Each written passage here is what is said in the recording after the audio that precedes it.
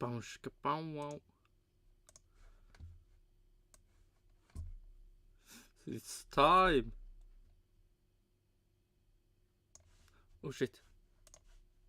Sound.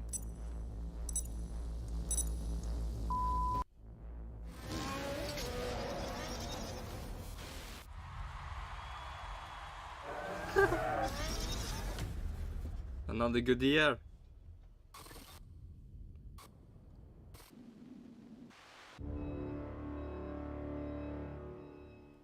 No!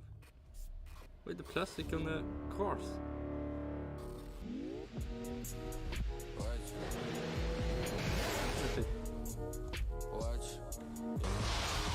Oh no, bad music. Let's see if we can.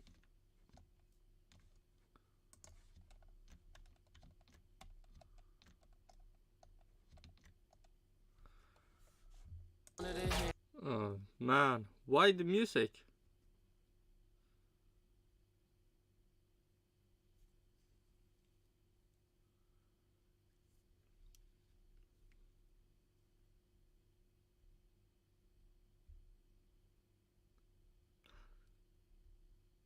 It looked like one of the first cars they made.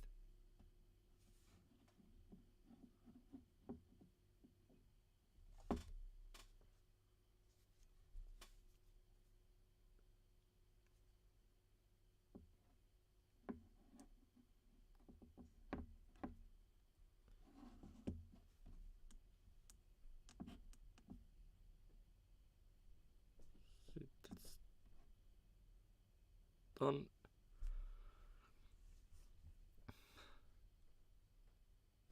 Oh, are they done?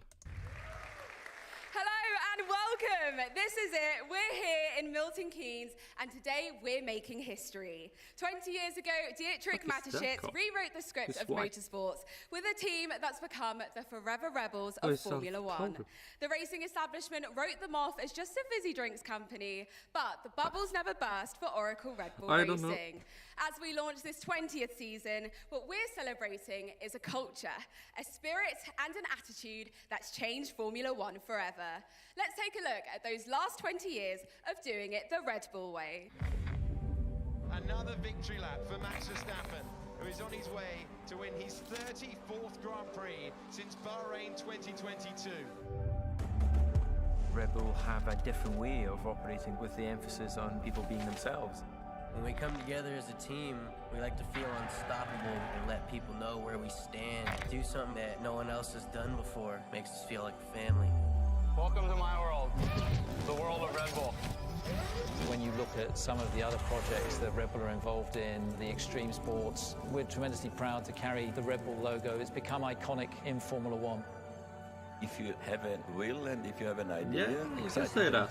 Possible. You know, I didn't want to let him down. Did I feel ready? Especially Probably with not. Max Verstappen. When I first joined Red Bull, huge change culturally. People saw Red Bull as a party team. They wanted to do things differently.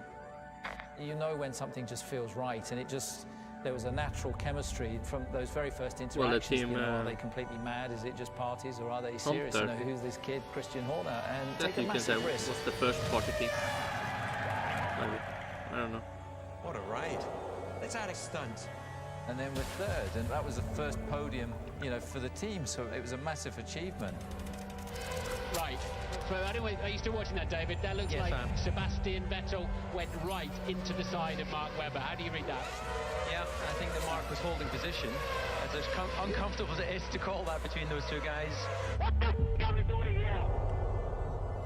Mark is too slow. Get him out of the way. This is silly, Seb. Come on.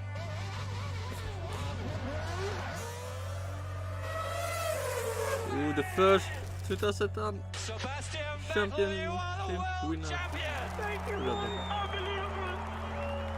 We have to remember these days. There's no guarantee that they will last forever. True. 2014, 2015, 2016, 2017, 2018, 2021, back to glory.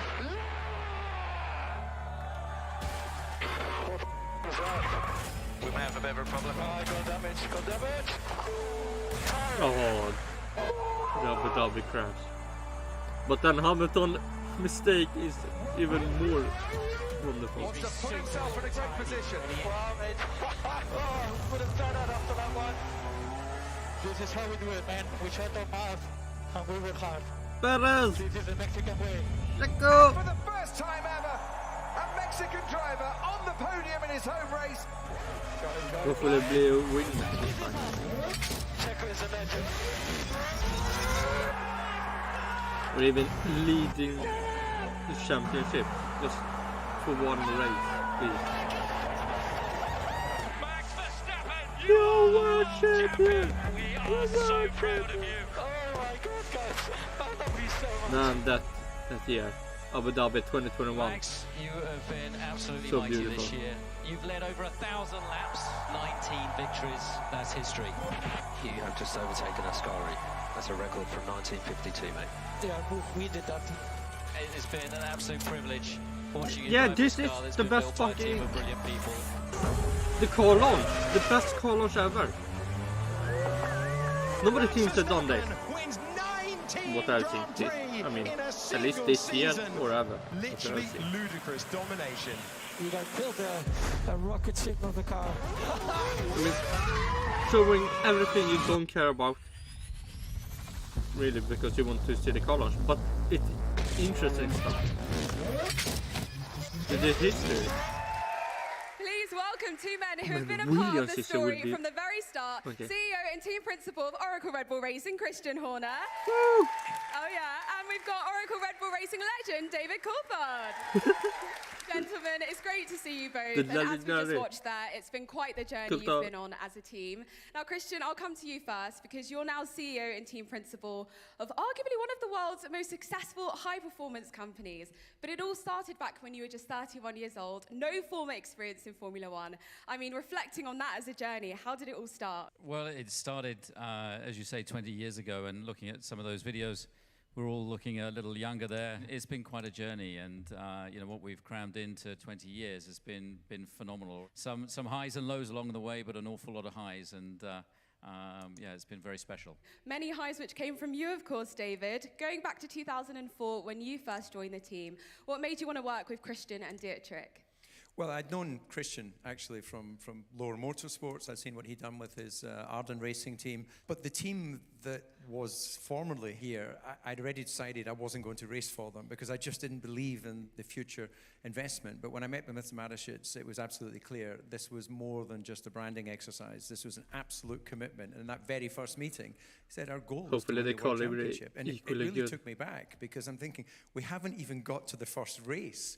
Never mind got about building a team that can compete against, you know, your Ferraris and the likes. But his vision, his commitment, Christian's leadership, along with all of the great technical men and women that have been part of this journey, has just been incredible. So when we started, it was a few hundred people in one factory down at the bottom of this road. Now we've got the whole campus and, what, 1,500 people or so employed? And counting, yeah. Such an incredible journey. And of course, it was clear from the off that you guys meant business because in your first race, sorry Jaguar to throw you in here, but in the first race, they scored more points than Jaguar had in the entire previous season, just saying. And then shortly thereafter, of course, this happened. So talk us through that moment where you got your first podium with Red Bull. Yeah, well, Monaco's a circuit that I always went well, so I was confident that even though we were still a developing team, that there was an opportunity on a track like that to get a result. So They were now I in was focus. convinced we were capable of making it certainly into some good point-scoring position. But a podium, of course, is a landmark for the team. Look, I mean, it was the first trophy, and it's very proudly in our cabinet, you know. And you know, David was such an important part of the early part of Red Bull Racing, and again, here we are 20 years with him still associated and working with the brand. Absolutely. And so would you say that that was the moment that you really felt you'd arrived as a team? The only I think loss it on was the an factor important of the moment because you know that trophy second drive in represented, you know, Red what Bull. was to come, and it also represented that we were prepared to do things a little differently. Seeing David standing on a podium in front of Prince Albert in a Superman cape on Red Bull's first podium just showed that, you know, we were doing it differently. We were doing it the Red Bull way. Yeah, I think it's important to mention, actually, at that time, Formula One was quite a closed shop. You didn't go into the other teams. It was very much, you know, each team was its own entity. Red Bull opened the door to the paddock and said the other teams were welcome. And at first you could see other team members sort of nervously walking up into the energy station thinking, is something going to happen? And then over time, it just changed the whole philosophy of Formula One, and the paddock is a much friendlier place because of it. Absolutely. And I know you credit a lot of this down to team culture. How important would you say that is in terms of success? It's everything. The men and women here in Milton Keynes, all the people behind the scenes. It's out of these industrial buildings that we've created some of the most incredible cars over the last 19 seasons. And the late nights, the hours, the sacrifices that are made. It is a culture. It's a very inclusive culture. It's a team culture. For me, Formula One is the biggest team sport in the world, and without the people, you have nothing. And it's the people who are your single biggest asset. Absolutely. Now, we've spoken a lot about teammates, and we've heard just how important the team is. So why don't we hear from some of the people who have all played their part in these very special 20 years? 3 more. Trying to hide your disappointment better than that, honestly. Sake, what are we doing here? No. This line of questionings is appalling. We're done? Yes. Let's get those in. There are rebels and characters throughout. There's so many of them. I mean, you can start with Vacher. He's got a few Pink Panther moves at some parties that I've seen in action. Yeah, for sure. Well, certainly Adrian, he does like a party. I've seen him have a good time on quite a few occasions. I can be a party animal. I don't think I'm the chief party animal. I can think of a lot bigger protagonists. He looks like a university professor, but get a Red Bull inside him, he just takes off. It's great. Everybody feels like they can be a part of this team. So it's not like a separate them and us thing at all in Red Bull. It's like we're all a family and a team together.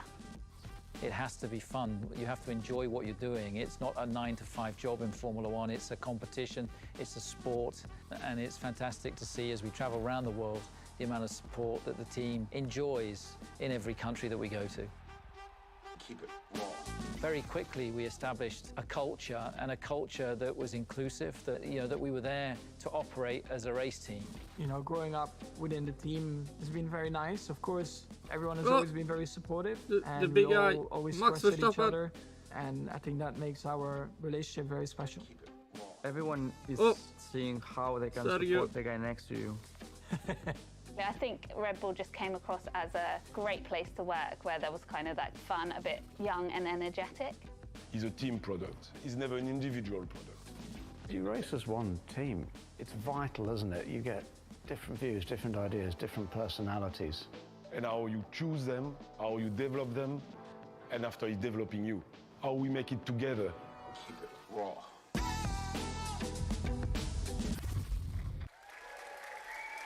Yes, show the car. We are now joined by Group Chief Technology Officer of Oracle Red Bull Racing, aka the GOAT of F1 engineering. Please give it up for Adrian Newey. Adrian Newey. Welcome, Adrian. So, as you've seen, we've been going through the journey of everyone, and I want to start off with you. Going back to 2004, you already had 2 decades of experience designing championship-winning cars, both for teams which David drove for. So I have to ask you, was it a bit of a bromance going on that brought you to Red Bull? As it turns out, the 3 teams that David has driven for was actually the same 3 teams as I've worked for, and so I've known David since he was a wee test driver, very young lad, in 1993, I think. He then moved to McLaren. I moved to McLaren a year after. He moved to Red Bull. And then really from there, things developed. And how excited were you, David, when you found out that Adrian was joining the team? Well, Adrian has been incredibly successful through his entire career, even prior to Formula One. So when Christian first suggested that, would Adrian be available, at that point, I was so immersed in trying to understand where we were as a team, I hadn't really given that consideration. But thankfully, he accepted the challenge and the invitation, and the team of people that he's built here has been proven out by the success. The thing that I really love about Adrian, as well as being obviously a creative chap, pretty handy when it comes to being at the drawing board, because for those who know Formula One closely, they'll know that Adrian still uses a pencil to design. But he's a racer. And maybe he doesn't have the same racing success as Max Verstappen, but he has been out on the racetrack. And he likes to keep it simple. I remember once, going into great detail, explaining everything the car was doing on a lap. And at the end of having given this long explanation, he went, "What do you need to go faster?" Kept it simple. And then I went, well, understeer. And he went, okay, we'll work on the understeer. So out of all of this sort of, mess going on in my head about the journey around the racetrack, just focus on what you need to go quicker. And that simplicity has clearly been very successful for him and his team. Incredible. Now, Christian, of course, even the greatest teams go through challenging moments. And fast forwarding now to 2014, when Mercedes started to look a little bit unbeatable, how did you stay resilient as a team? Well, I think that that was a testing period for the team. That there was a big regulation change. We'd gone from enjoying huge success with Sebastian Vettel and those 4 consecutive World Championships, and suddenly, for reasons beyond our control, we didn't have an engine that could compete with the likes of what Mercedes had come up with. So suddenly it was about keeping the group together, keeping the team together, staying focused on addressing the weak point, and focusing on the things that we could control and the things that where we could be strong. And I think it was that team spirit, it was that togetherness that we didn't lose key members of the team during that period, and we were able to win races every single year bar one, until we got ourselves in a position with a competitive engine to suddenly then be able to go for a championship again. Honda high. Now, we've spoken a lot about the past, but I know that Red Bull is a lot about the future, and in particular, backing young talent through the Red Bull Academy program, through Visa, Cash App, RB, and Oracle Red Bull Racing. How important is it to you to bring in those fresh new names? Well, look, it's really exciting, and I think Red Bull have committed more to Formula One Academy than any other team in Formula One. And with Oracle Red Bull Racing and Red Bull fielding cars, and the Visa Cash App RB team also putting cars out, there's going to be a really strong Red Bull presence, and it's great to see these young girls getting a chance as the sport starts to embrace female racing. Absolutely. Well, on that note, let's have a look at that next generation of racing and some very exciting young female talent. I'm Emily, the host. And I'm Hamda Al-Kubaisi, and I'm part of the Red Bull Academy program. A few years ago, I couldn't even think about being part of Red Bull. It was always a dream. F1 Academy is a big opportunity. My ambitions for next season is I want to win, I want to be champion, of course. I feel like Red Bull has done many amazing things, not just in motorsport. It's exciting to be part of it. And here they are in the flesh from the Red Bull Academy program. It's Hamda Al-Kubaisi and Emily Dehouche. All right, so Hamda, I'll come to you first, as you'll be driving for F1 Academy for Red Bull Racing. Tell us a bit about your journey into motorsport and how this program is helping you with the next level of your career. Yeah, I got into karting when I was 12 years old, and I fell in love with the sport immediately. And from there, we moved up the ladder into F4 and finally into F1 Academy last year. We ended the season very strong in the top 3. And now I'm part of the Red Bull family and couldn't be more grateful about this opportunity. Hi. Super excited. And Emily, what does it mean to you to be a part of the Red Bull family, and what was your journey into motorsport like? Well, I started karting when I was 9 years old at the local karting track. And in 2021, I started to go in Formula cars. And last year I did F1 Academy and I won my first race in Barcelona. And this year I'm part of the Red Bull family, and I'm really proud of that. Nice. Absolutely, you should be. It's an incredible achievement that you've both done. So Christian, looking at this, seeing the amazing young talent, how special does it feel to know that Red Bull are offering these incredible opportunities? Well, it's a great initiative, and of course Red Bull have got a long history with the young driver program that obviously Helmut's done a great job of running and nurturing. But again, this is a new element, and with F1 Academy coming really on stream, supporting many Formula One races this year, it was the ideal time to step in and identify some young talent. Well, best of luck for this season. Thank you very much, Hamda and Emily. So I'm now back with Christian Horner, Adrian Newey, and Technical Director Pierre Wachet. Welcome. So now we are getting closer to that big reveal of the RB20. But before we do that, let's just take a moment to reflect on the RB19, because, I mean, it was a record-breaking car, such an incredible machine. So Adrian, it'd be great if you could take us back to the drawing board. The 19 really was very much an evolution of the RB18 of 22. Last year's car really was a total surprise in terms of its dominance, I have to say, because we went into that winter of 22-23 thinking, Mercedes won a race near the end in Brazil, Ferrari was still winning races.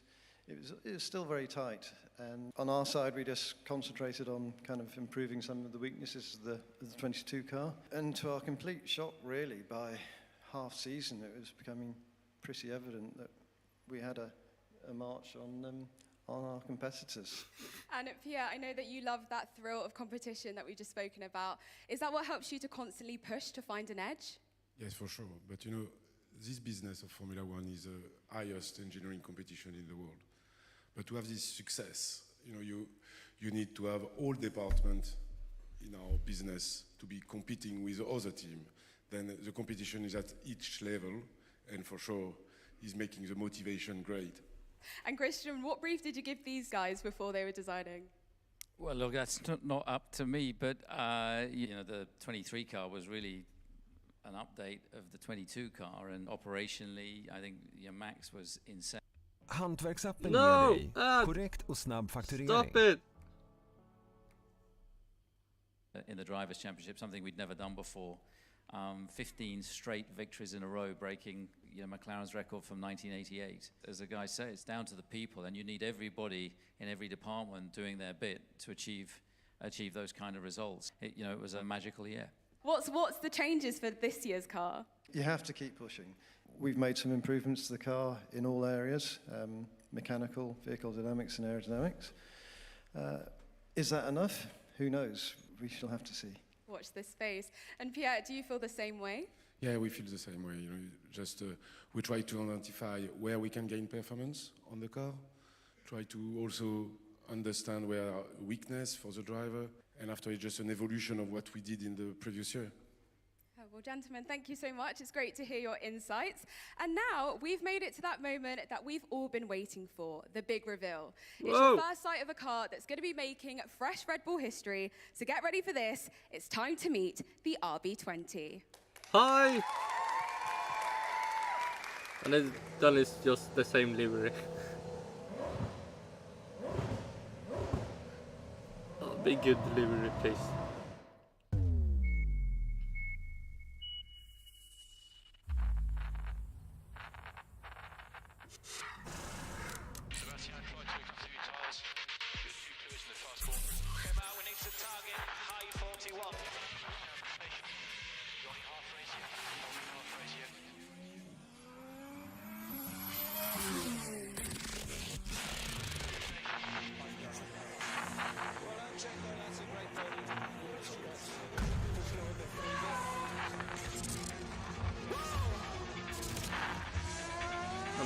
Man, all this flip.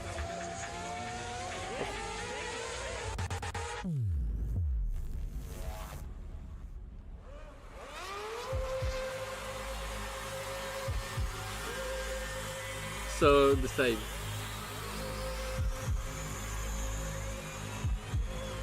But more black.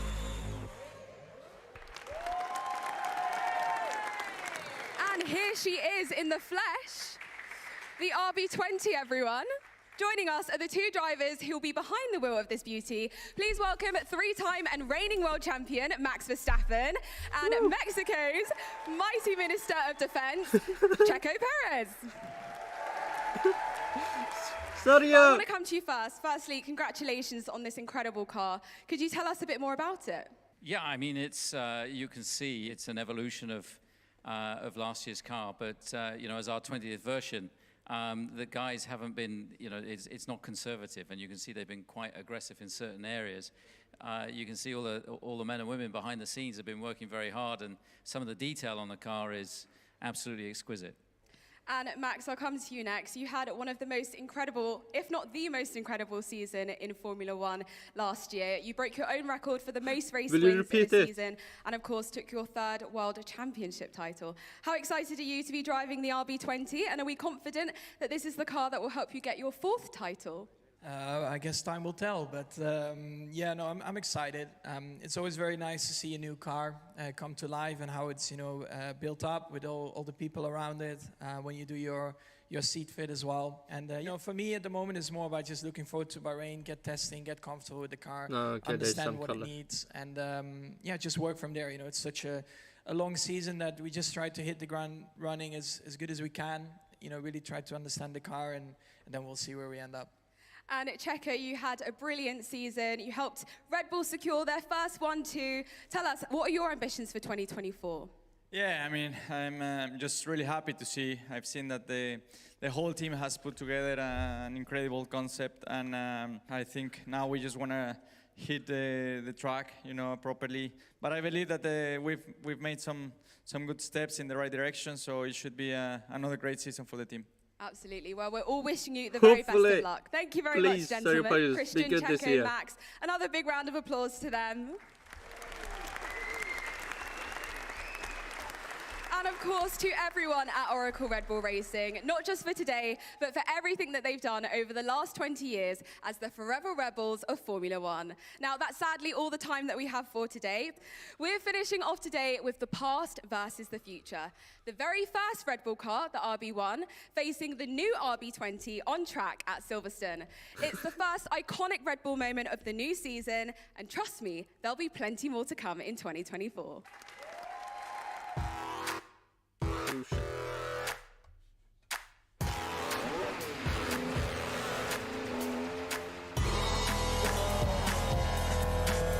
This is where it all started, Christian. Yeah. The golden oldie. Yeah. This was the first car. This scored points in its first ever Grand Prix. 2005. How old were you? 8 years old. This was state of the art, but they're basic now when you look at the modern Grand Prix car. Good to see that running again. Bring back some memories. Yeah. I think it actually looks better than it did when we took it to the first race. I think we all do.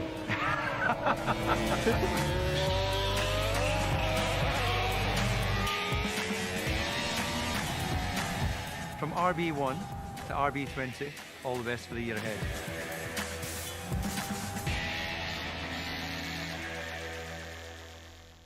Okay, that was...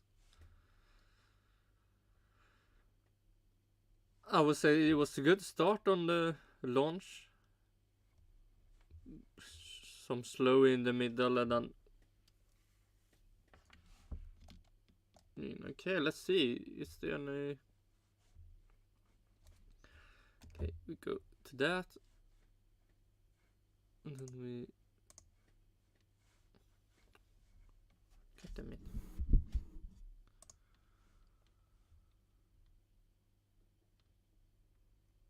Let's see, W and... Okay, some else. Maybe Mercedes fans. Do we have the...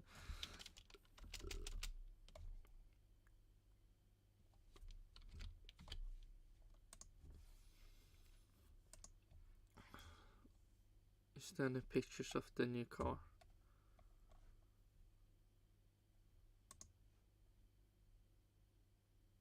Nope. Have anything interesting happened?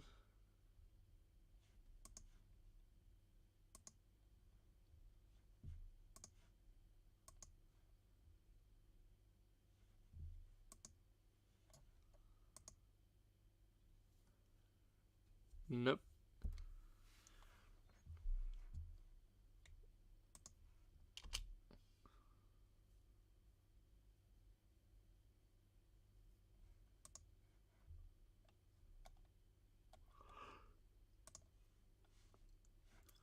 But it was almost the same.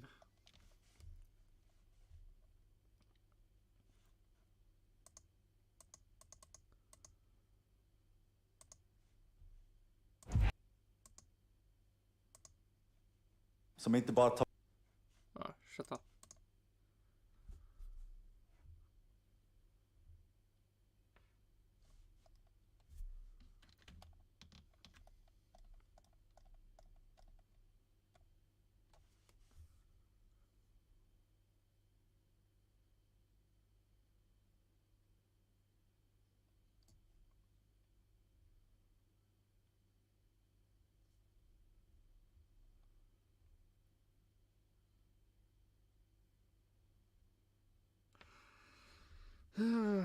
Man, it's so much ass. Okay, where do we have the car?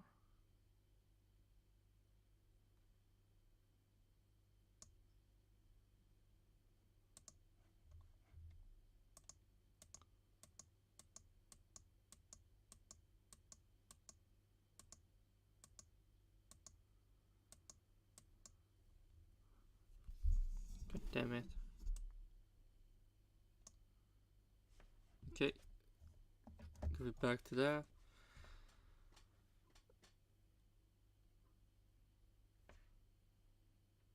No.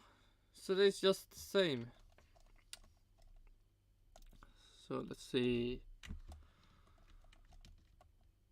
I mean, I would say this is the best one.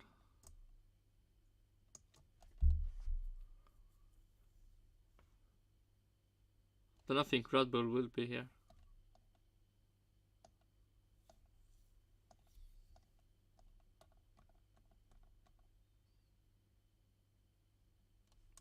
Yeah.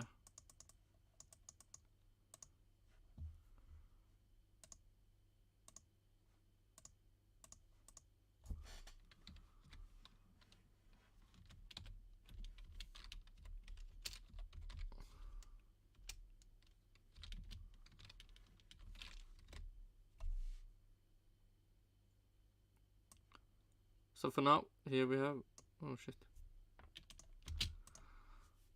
So Red Bull, oh, maybe it's too small. Who cares?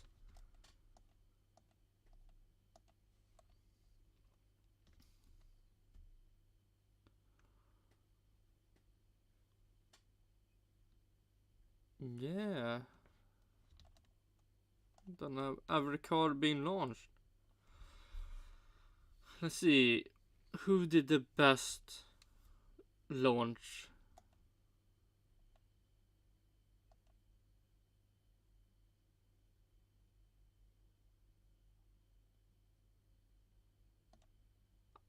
I would say Visa Cash App. They did the best launch. Ooh. Okay, so there should be make. Let's where do we have?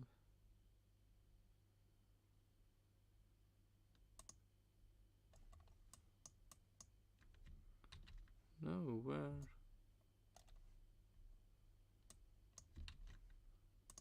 Oh, damn it. Okay, so left side the car, the right side the car launch. And the worst was Alpine. Man, I really dislike. Oh wait. I wanted to copy, not moving.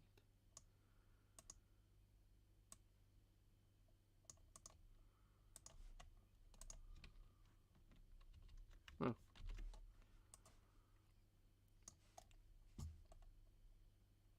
And the worst launch.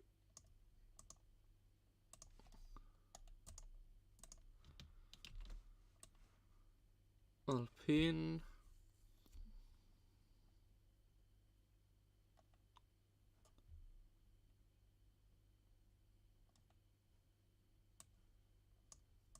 Yeah.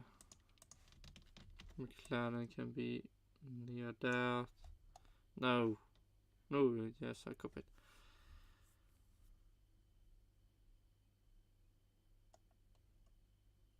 I mean, maybe Ferrari?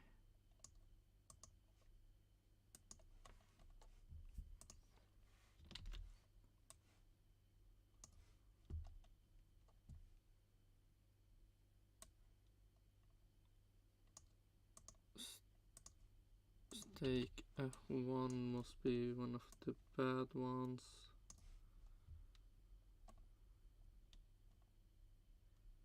I mean, I think Williams is one of the good ones.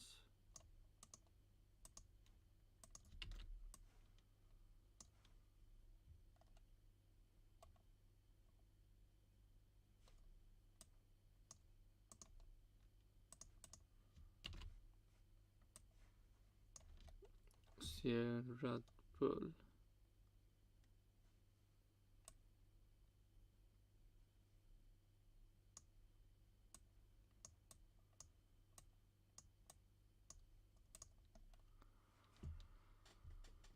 Let's see, Aston Martin must be on the good side.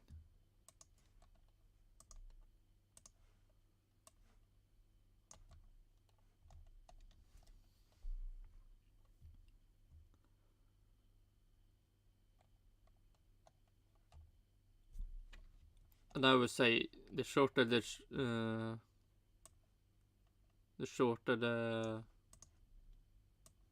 launch were,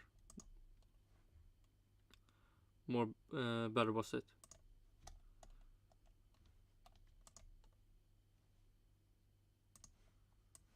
Wait, did I? Yes, they had something.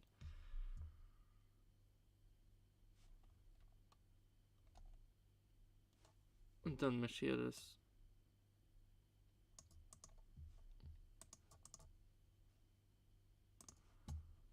It was short, but it was really weird. No.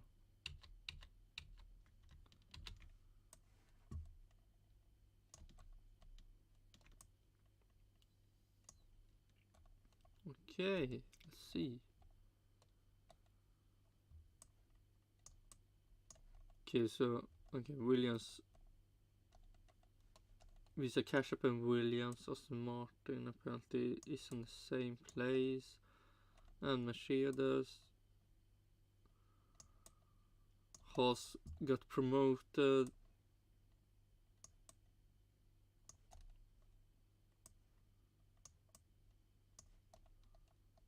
Sauber the same.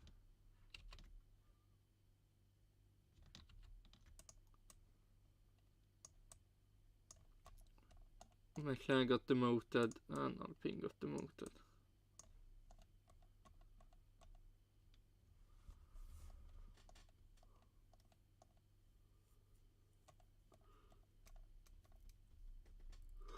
But I really like just short streams, just show the car. Like this talking streams I really don't like. And McLaren was, well, you can say it was short, but it was, they did it early, and man, it was so weird. It was so lame. But maybe you could put it more there.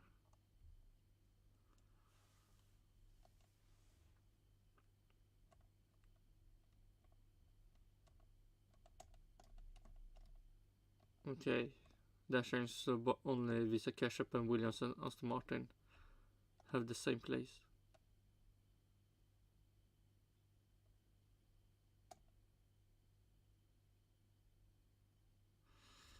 I mean, Aston Martin, shouldn't they be high up?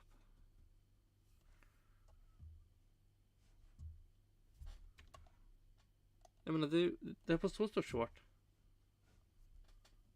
Let's see. Aston Martin launch.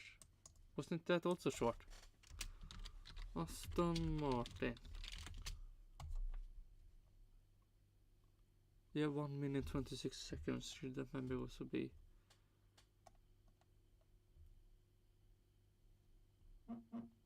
Should I maybe change the places? If I change that, so it's only Visa Cash App that had the best launch and the best livery, or best livery and best launch.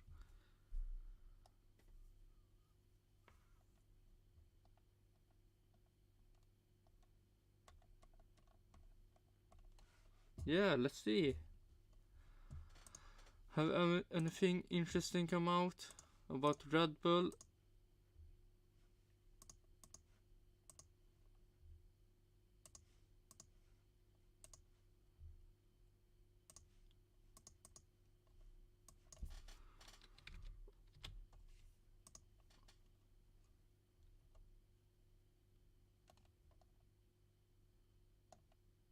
Nope. Well, then it's time to leave this place. Oh, let's see.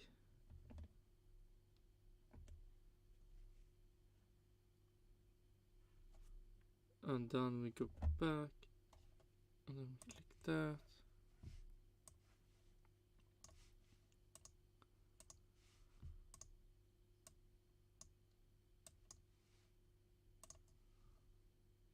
Then we do that.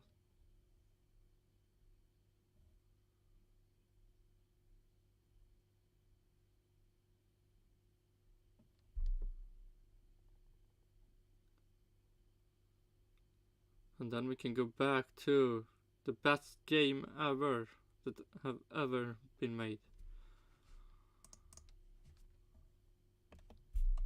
Minecraft. God damn it. There. No. Okay, let's see. Minecraft. And then we have... Yeah, did I... Let's see. Do I have... No, that I need to also fix.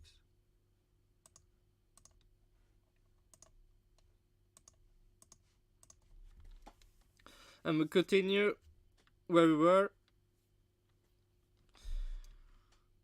Mining out the area.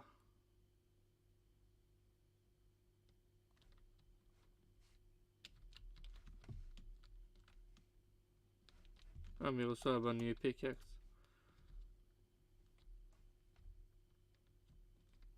And the water removed that was in this place. What we will listen to? Peter Windsor. I think his name is. Yeah, Peter Windsor. 2024 F1 McLaren Aston Martin with scarves by Peter Windsor. Oh shit. Sounds is needed. Looking at the new McLaren, the 38, you have to say, I mean, when I first looked at it, I double checked the images to make sure it wasn't last year's car, because it looks very, very similar. There are small differences. I mean, they are exactly that. They're nothing that, the shape of the side pod, the shape of the side pod inlet, details around the nose and the front wing, but really nothing that you could kind of pick out and go, this really is where McLaren have made big jumps for this year. And I think they've said, Andrea Stella actually came out and said, like, there's stuff we want to put on the car that's not ready yet, and it'll have to be now part of an in-season development. And when you kind of add the two up, it's like, well, what were they doing over the winter? They really got the recipe right mid-season last year. They started out again, so typically with McLaren, with a car that's not great out the box, and relied on an in-season development to bring up to performance. And they certainly did that last year, all credit to them. And they ended up with, again, this kind of... and hopefully they will start good, so they can actually start trying to win all season. Called it a Red Bull or an Aston Martin clone, but they got all those right bits working in the right way together, and ended up with a car that was one of the best out there, obviously next to the Red Bull. You can't go into a season wanting to be successful, wanting to have a potential for a championship, and then say, look, we're just not ready for the first, flyaway races. I mean, even if you look at the Canada now, the first flyaway. Oh my god, I thought this was, oh my god, am I at the stronghold? Oh, this was so scary, but this is what I myself have built. So it's, man, that scared me. It scared me so much. Holy shit. God damn it. Oh my god. Fuck races are, almost a quarter of the season now before we reach what we would regard as the European season. So I'm a bit confused. Obviously, they've done lots of work under the skin, and it's the stuff that we simply, can't assess what they've made changes to. The car was always very difficult to drive last year, and as it was a pattern that had been following on the McLarens for a while. They've obviously worked on areas like that to make the car more drivable, make it easy for the drivers to control it, to get it to do what they want. So maybe it is less about visible external aerodynamics and much more about the finessing of the suspension and of the detail of the underfloor or the rest of the bodywork. Snabb och gratis leverans på Amazon.se. Spännande underhållning. Gå med i Amazon Prime för 59 kronor i månaden. Då ska vi smaka på något lite kraftigare med anor från 1886. Varsågoda.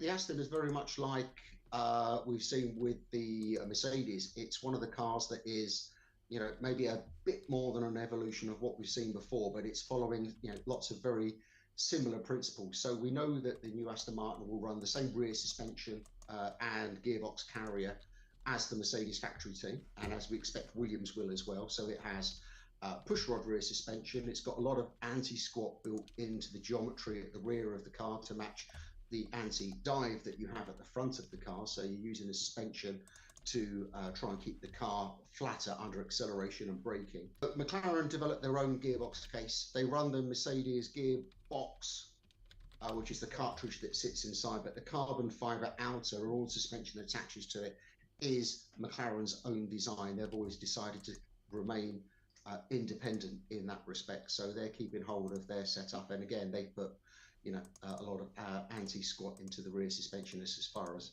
I can see as well. Everyone's playing with either for, you know, controlling the aero platform, or actually with particularly the front, you're actually creating downwash with those suspension elements, which is equally a big feature of the Aston Martin. So Aston Martin have gone for what we call these underbite inlets, or post box inlets, where you have the inlet is very high, and you know the actual scoop underneath is almost blanking off, so the airflow has to start to come downwards to go into the side pods, into the radiators. And Aston Martin have followed Red Bull very much in that direction.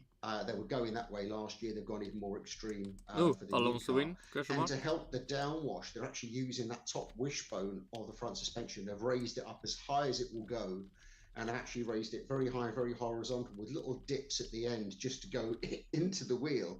And they're using that to actually curl the airflow down that's coming up off the front wing to go into those side pod inlets. The mirrors and the stalks around those as well are equally used to try and create a bit of downwash.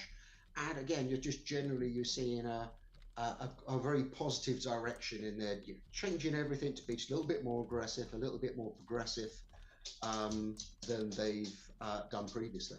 I'd love to know the exact names that were behind some of the big decisions, but yes, I think this is probably the first one that is fully in the control under Dan Fallows and, you know, all of the new people that have come in. And I think development through last year may have, you know, suffered while they were kind of changing everyone around and reorganizing. And I think certainly for Aston, the biggest problem was in-season development last year that really fell short when they found that their car was just too draggy. You know, reg changes, particularly around the front wing flexibility, really hurt them.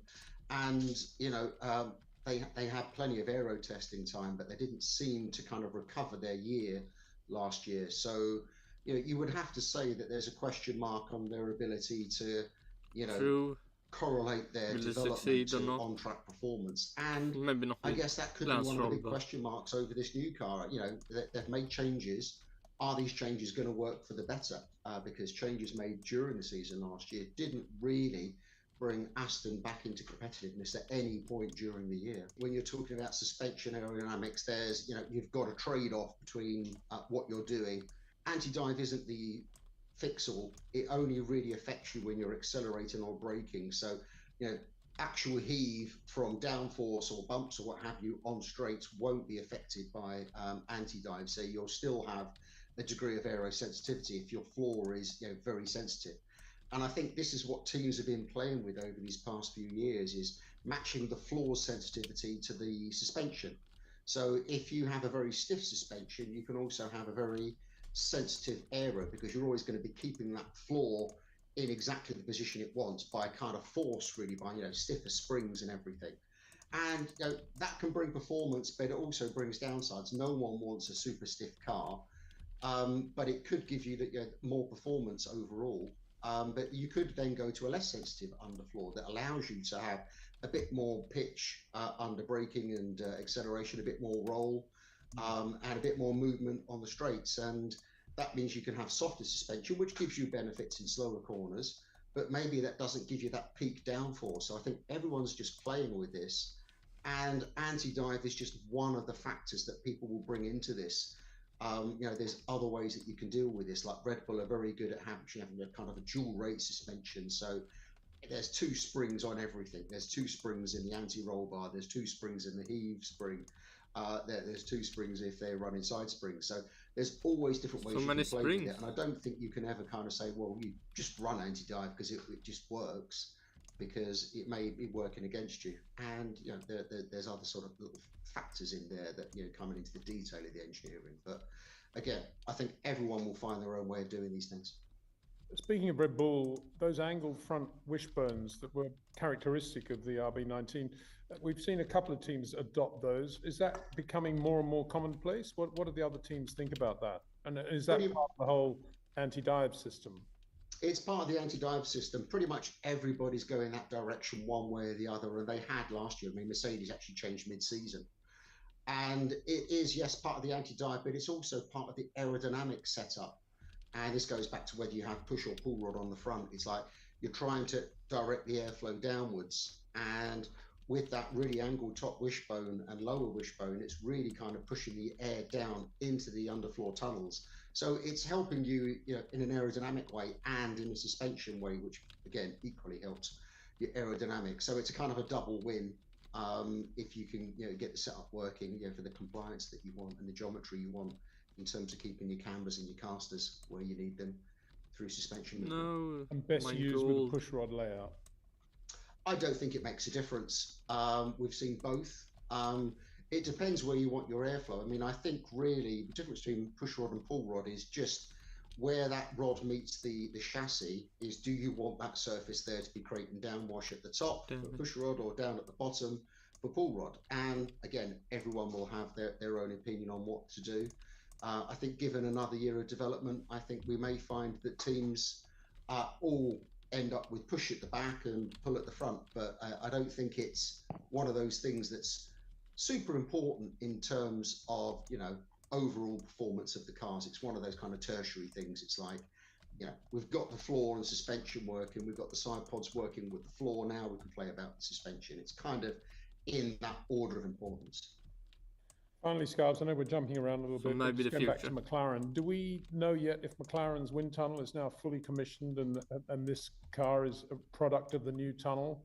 And how's the tunnel going? Oh, well, I've heard nothing to say otherwise. So I believe the tunnel was in production midway through last year. Not necessarily working on last year's car, but last year's car would have been in there in order to correlate its results from that tunnel to the Toyota tunnel and obviously to on-track performance. So I would guess the majority of the performance of this car, development of this car, comes from their own tunnel now rather than Toyota's. Be interesting to know. It'd probably be the first McLaren in a long time not to have gone into a Toyota wind tunnel. Exactly. Yes. Nice. So maybe it would be good now. Early 2000s, probably. I'm trying to remember when they switched over, but it was quite a while ago. Yeah. And Toyota have lost a couple of good customers now because obviously you've got McLaren and Andretti were in that tunnel. Both won't be using it. So if anyone is planning on starting a Formula One team or any other motorsport, there's time available, probably at a discount at your local Cologne wind tunnel.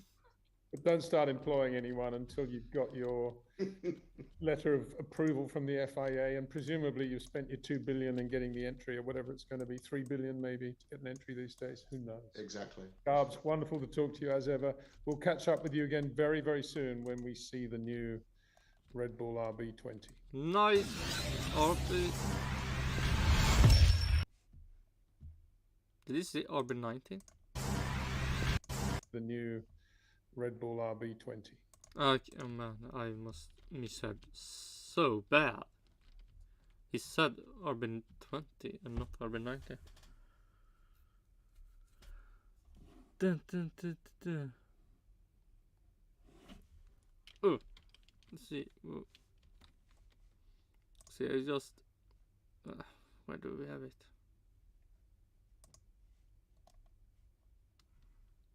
Yeah, some hands. I see, pink hands. But let's see, and then I will click that. Let's see. Oh, damn it.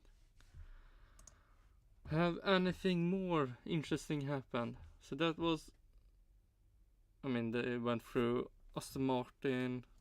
Let's see, I can actually take it back. So a lot of stuff Aston Martin have done, and McLaren.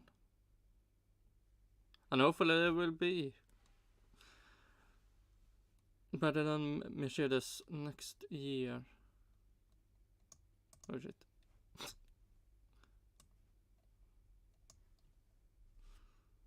Then we can go that to see if I have anything more come out from Formula 1.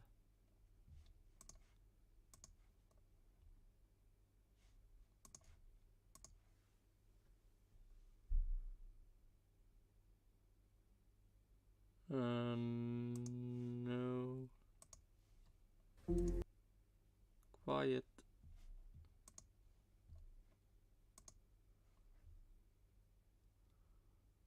Man.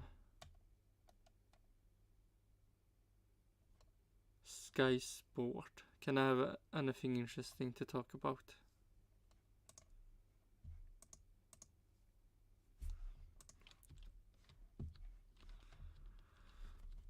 But let's see.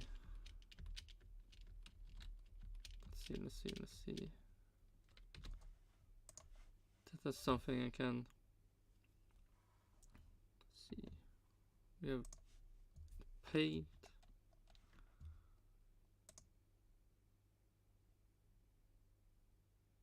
And if we open...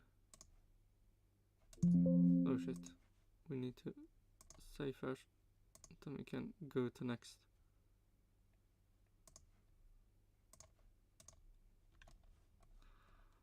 Have anything of this changed? Probably not.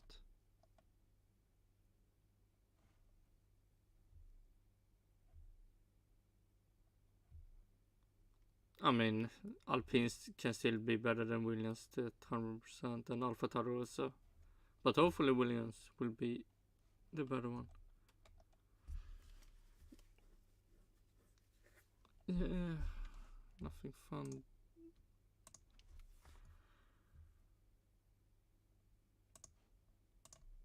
Yeah.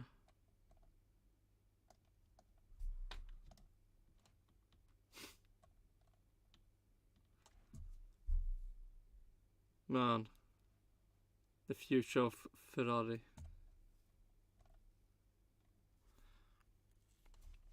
When is there really nothing to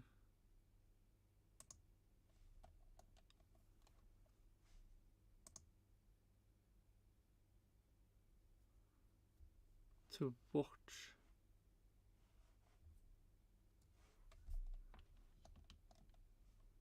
Oh! Oh no! Have they released it so I can actually make that?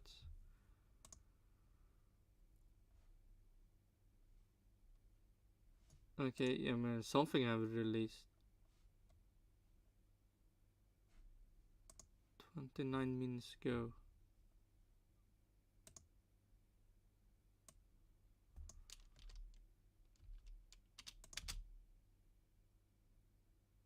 There we have it. Okay. We copy the picture and then we can actually fix. There we have the new car. It's like nothing has changed on the old car. No.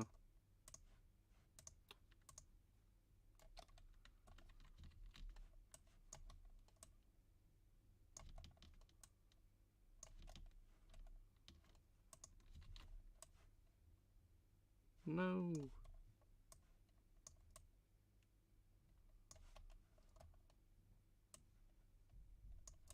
My list on the best livery from the worst. Maybe I should write it down.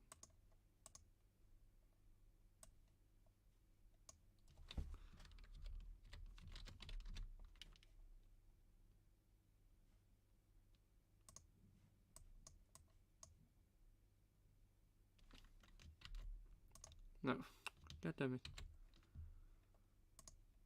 I just want to... Okay, that works, and then...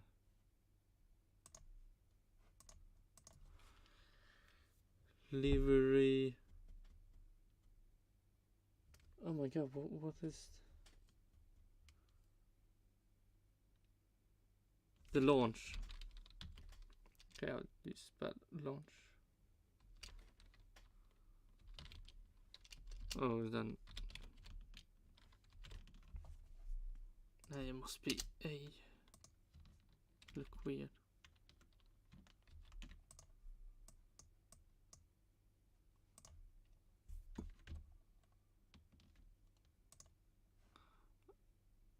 I guess this should have a stripe on it.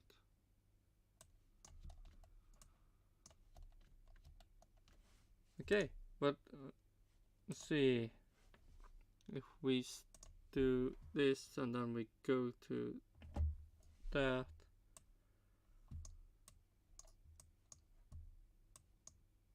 Fuck is this? So 50-minute wait time. And I had, okay, no, get it. So nothing interesting.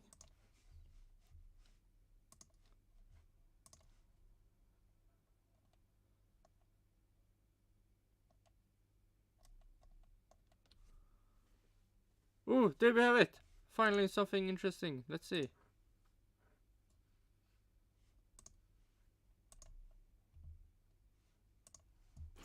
You know, it doesn't matter. Time.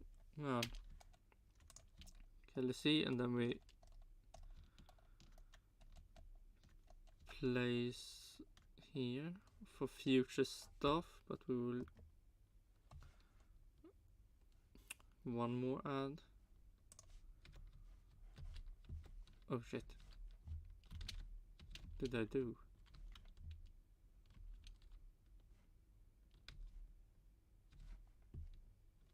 Oh shit. Back with sound. Our reaction to the Red Bull F1 2024 car launch. Closest Ferrari have come to.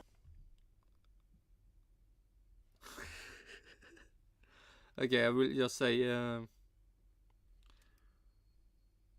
Oh wait, what did he say? Our reaction to the Red Bull F1 F1. Reaction. I mean the same livery, so it will probably not be so much reaction. On 2024 car launch. Closest Ferrari have come to a constructor's title in a while. True.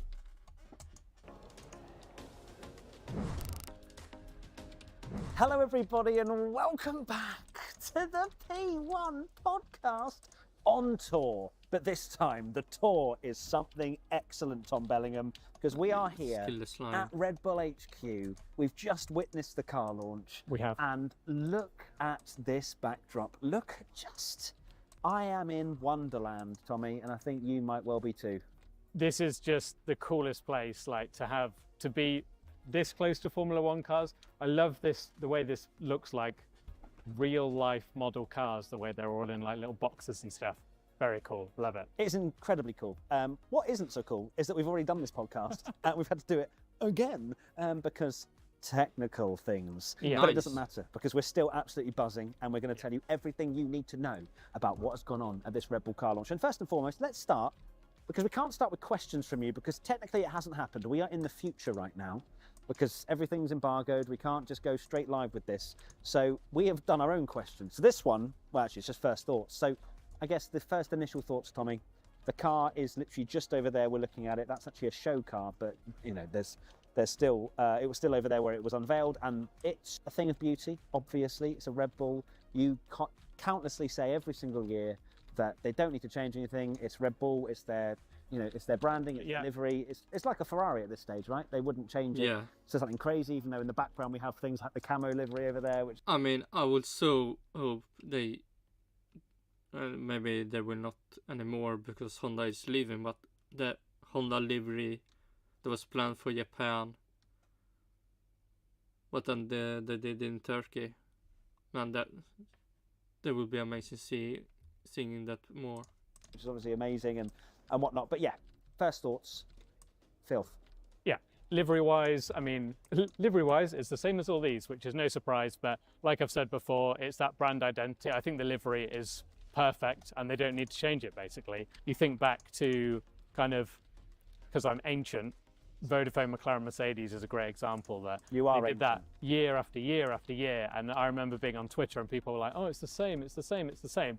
But now you ask anyone what's one of the most banging liveries ever, people will say that. And part of that is because it's been used multiple times and it's become iconic. And this Red Bull livery is a modern iconic livery now. It's classic. And I do think it is genuinely really cool. Like the Red Bull logos pop on the mat. It's awesome. And then the car itself, even for technical plebs like us, we can tell it's different, which is quite a scary thought if they've improved on last year. Yes, we'll get on to exactly how scared I am a little bit later on. But this question comes in from Matt. Oh, okay. Was this the best car launch this year? Yes. For me, absolutely. Not just because we were here. No. And we got to see it. Let's see. We want that one.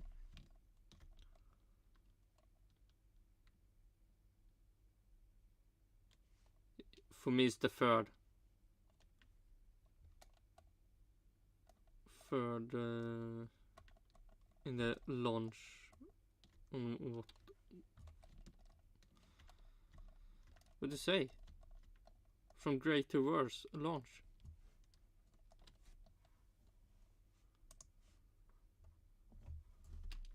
In the flesh, but they did almost exactly what we said a Formula One car launch should be.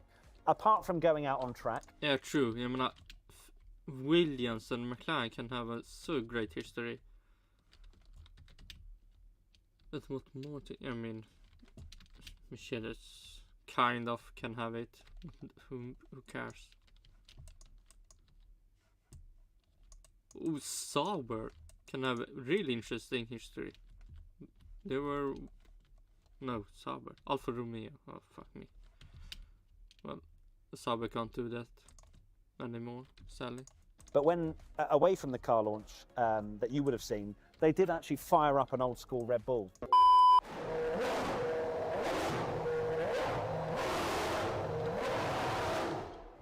Which was absolutely music to my ears.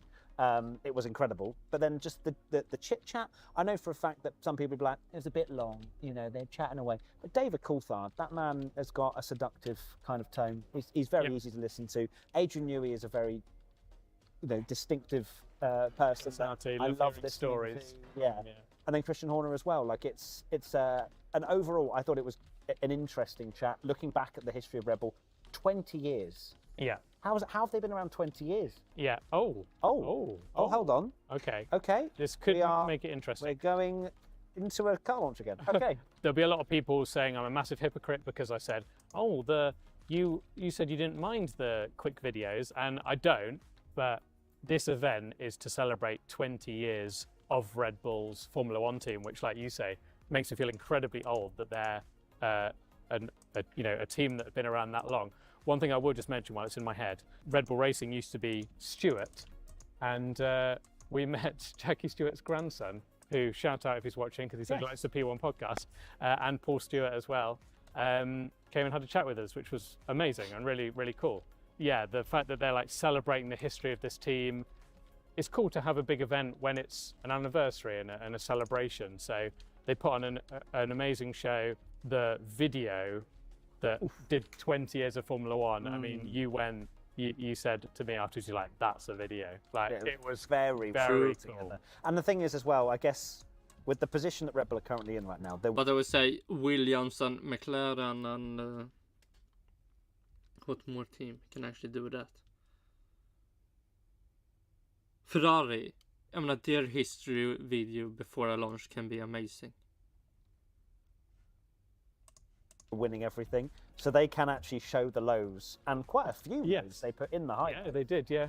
Because, well, they can show the sort of journey that they've gone through. I did love how they, they had the multi-21 stuff in there. Yeah, they threw everything in. They did, yeah. So it was quite an honest look back, really, at what Red Bull have been through. Will Mercedes do that with Nico Rosberg and Hamilton? Kind of were building up, then a bit of success, and then of course the Mercedes again, and then back to success again. So I thoroughly enjoyed it. This next question comes in from Tom P1 Gallagher. Yeah, Mercedes was in Formula One really early also. So they can do some interesting history recap. Yeah. No, Tom P1 Bellingham. this lighting is throwing me off. Why did Red Bull do one like this and others didn't? Because True! Williams and Ferrari and McLaren and maybe Mercedes have so much history they could actually do. It's the 20th anniversary. If you can still see us, by the way, the lighting is changing all the time. It hasn't been changing this entire time. But now, because we've started filming our second recording of this podcast, they've decided Matt and Tommy can do it in the... This is why we don't go outside. Yes, because it's much easier at home. Anyway. Yes, because it is the anniversary that they've been... I can see all the boards around, you know, with the 20th anniversary logo, 20 years of Red Bull culture in racing. They were really celebrating the fact that they were this essentially like a bit of, it's unfair to say a joke team, but I think a lot of Formula One teams, if you think the mid-2000s, very corporate, you had the Ron Dennises and like that in Formula One, and... All right, do you guys want to do a little swap? Yeah, I could be into it. Just like a one-time casual thing with Tyler, or? I was talking about switching up teams for fun. I don't like this game. Why don't you like the game? It sounds really fun. And Red Bull came in and they're like, we're an energy drink brand. Oh, this is, you know, we're going to be a bit silly. And, you know, they had a Star Wars livery and they had a Superman livery and all, and they were laughed at. And one thing that David Coulthard mentioned was, you know, they were the first team to invite everyone, like open their motorhome up, an energy station, to say like, you know, whatever team you work for, come in, have a drink. Yeah. Have a sip of this energy drink. Yeah, you need it working in the F1 paddock. Yeah, and yeah, they've kind of changed the game and they're celebrating that fact. So I think it's been a really cool event. And of course, we would say that because we're here. But it's really, really cool. Loved it. This next question comes in from Matt P1 Bellingham. Wow, lots of different variations. What are your thoughts on what Adrian said? Now, I found this, this was the petrifying part. This was the scary part. This could be 24 wins out of 24 kind of part when Adrian's mentioned about, you know, the car in a simulator, and then they put it out in shakedown, and things were looking correlated to what they saw in the simulations. That is petrifying. The fact that they have been improving from last year's car. They said that last year as well that they weren't even expecting to be dominant, and then they'd had the most dominant season in Formula One history. Yeah. Yeah, Adrian, I think, has been cooking in a massive cauldron. And when I look at that car, I am absolutely petrified that no one else is even going to get a sniff. Yeah, it was very fascinating to hear Adrian Newey talk about 2021 and the crazy season that they had. And they were actually saying that they were behind at the start of 2022. You know, they were late to development. And you thought, oh, that would, you know, make it difficult for them. But they were still winning races. Of course, they did have a little bit of a struggle at the start. They think they had a double DNF, didn't they, in the first race, and which seems mad to think about now because it feels like they've been dominant for so long. But the way Red Bull have, you know, they won that year comfortably in the end. Max wrapped up the title with a few races to go, and that's when they didn't have a head start on the competition. This year, they have, you know, and the fact that it is an evolution, like I said at the start of the podcast, you know, even plebs like us can tell that, you know, we're normally here just going like, oh, the livery's not changed, but like you can tell that is a different car because my word, the shoulders, it's hench. Yeah, it's got some bulbous shoulders on them. It's aggressive is the only way I can use to describe that car. Yeah, you look at it and you go, wow, that is mean. Yeah. Similar to, I guess, Mercedes when they launched the no sidepod concept, and they were, that worked, didn't it? So you're saying Red Bull? No, because Adrian Newey's at the helm, so I'm sure I'm never going to go against what he's cooking up. But it noticeably different. You know, you see that there isn't much air intake either. You're like, how the hell are they going to cool the car? I'm sure they will. I'm sure they figure it out. Yeah. But it looks like a much quicker, meaner machine, and one which I think it'd be very silly to bet against them to win the championship. Oh yeah, wait, I put Lando Norris to win the world title. So maybe. Have you changed your mind? Yeah, I might backtrack on that, even though I didn't want to be boring. Next question from Tom P1 Tommy. Red Bull painted their car. Does this mean they have an advantage? As music starts now, we're going through all the motions here today. I think there's an interesting point about the painting of the car and this sort of stuff. Of course, it is still very much Red Bull branded. Yeah. But I think they get away with not painting as much of the car as perhaps it looks like when you show it on camera. Yeah, exactly. Like they've obviously got this very dark navy as their kind of base color. And obviously we've been fortunate that we were, right at the front at the launch, and we could able to see how it looked. The front wing, for example, the rear wing is all carbon, but because it is like this really dark navy, you can't actually tell on track because it just looks like the navy almost looks black anyway. So yeah, they've got an advantage from that side, but they've still painted a lot of the car. So they're obviously pretty confident it's going to be very quick. They're very confident. They will be funny. They're still fastest with actually a livery also. And they're also confidently trying to get us to leave now because we've had to re-record again. So finally, our experience of the car launch, Tommy, it's been incredible. Wonderful. As I say at the top, I think it's exactly what a car launch should be. Of course, they are celebrating a massive thing as well, so we don't expect this every single year. But just to see this kind of room is just an amazing piece of history. They've got so many cool rooms now because I guess they've been winning a lot, so therefore they have a lot to show off. And Red Bull spoiling you again. Monaco, Vegas, car launch. Are you converted yet? You need to up your game, otherwise, Max, it's coming. All right, so Ferrari, let's get something. Maybe a little drive in the F2004. Let's see what happens. So as we mentioned at the start of the podcast, we had some technical issues, but we've worked around it. Some amazing people at Red Bull have managed to bring us some of the audio that was recorded away from our own faulty microphones, and we've salvaged a bit of the Sergio Perez interview. So I hope you enjoy it. Sorry it's not the best. Perez. Checo was actually on great form, so enjoy. Team has done a tremendous job, considering how competitive we were last year and changing the world also. That's something huge, and huge for our team, and you just see how hungry everyone is here. It's having a bit of time out of the car and then getting in, I guess, the shakedown or first lap of the year. Do you go, oh God, that's fast again, isn't it? Did it catch you by surprise as soon as on the lap? Yeah, the first 2 or 3 laps is like, parts and brakes and so on, but then it gets back to normal. At the end of the ball, we have it sore from the whole body. It doesn't matter how much training you've done, you will always still be a bit sore, but it's just fine. I was going to say, because you're training, you can't really prepare yourself to be thrown around the Formula 1 car, but I guess you've been hanging weights off your neck and things like that. Yeah, quite a lot. Is that your least favourite episode? Yeah, the neck, because once we always have like a huge neck through the season, and every time you turn around, it feels like you're moving a lot of muscle. So when you are in off-season, finally, 3 more rows. You are relaxed, your muscles are relaxed, but when you start training, the neck is like always a little bit of weight. We spoke to Danny Rick recently, and he said that he genuinely has trouble sleeping because of how thick his neck might be. Do you find this? Yeah. It's like, once you start training the neck, I think it's a very different part of the body, and it'll just train.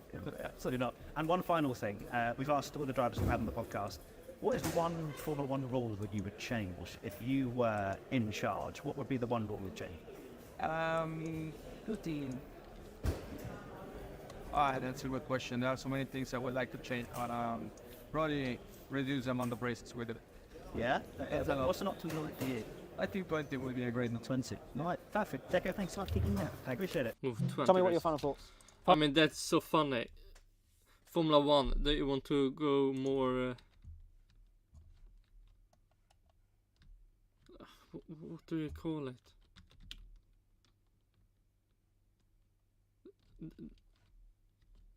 Oh my god, everything is climate change stuff. They want, whatever that's called, and they then put on so many races. Everything need to move around the world so much more, and that's good for the planet, but not what the car is driving on. That's bad. Final thoughts are, thanks Red Bull for an amazing day, and not thank you to our microphones for not recording. Yeah, screw you microphones. Thank you Red Bull. Hopefully you also enjoyed the little voiceover dub that I've done of the Sergio Perez interview, because we still want to share with you what he actually said, even if apparently technology doesn't work. So we'll see you very soon. Lots of love, and screw microphones. Bye. Man, it sounds almost like screw Microsoft.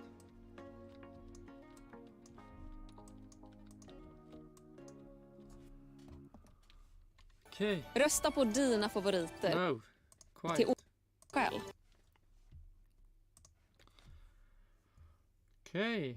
Have anything more interesting got released? No. No.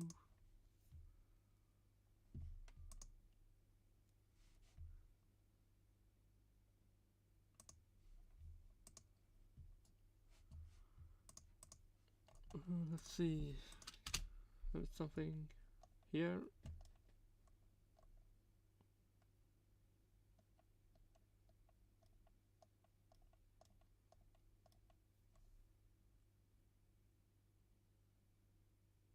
Oh, this could be interesting.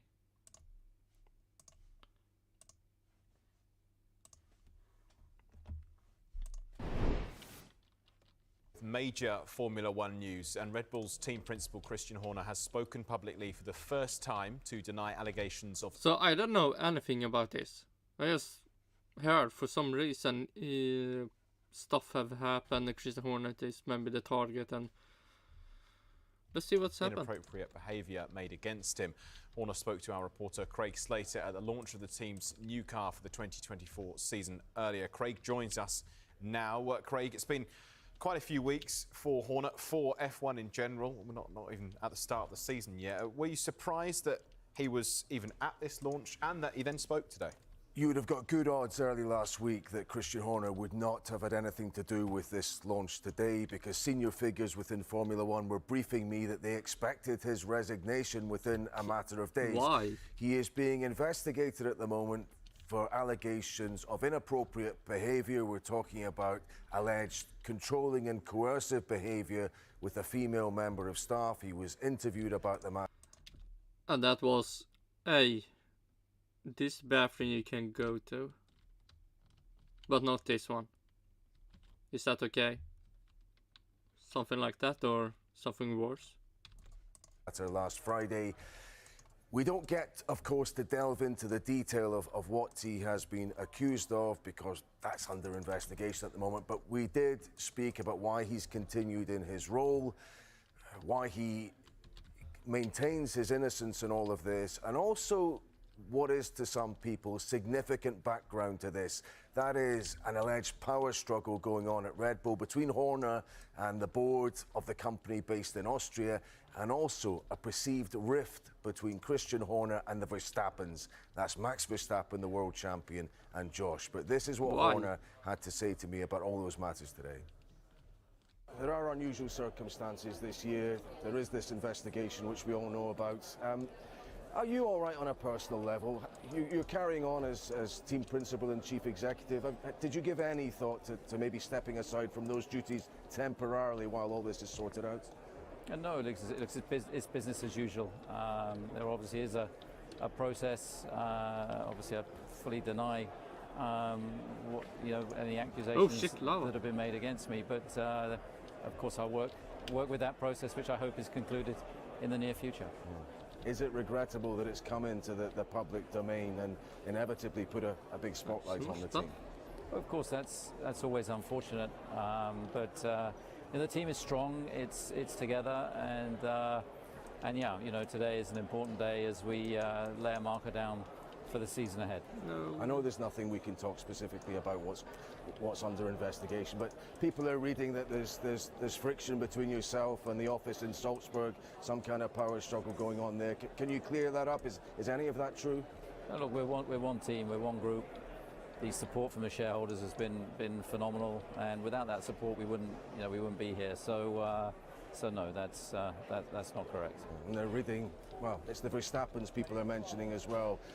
Joss and Max, no friction there, no kind of falling out? No, not at all. No, I was with Jos and Max at Silverstone a couple of days ago, and Max is very focused on his job. He's been very supportive, and I'm looking forward to the season ahead with him. And that goes for Helmut Marko too. I mean, you look like a united unit, but inevitably when there's something like this, people speculate? No, I mean, there's always going to be speculation, but we're together as one team. That's the way we've always been, and that's the way we Probably continue to Total be. Wolves. Last one. Any idea when this might come to a resolution? Have you had any guidance in that regard? They lose Obviously, there's a process that has to be respected, and you know, hopefully it will be in the not too distant future.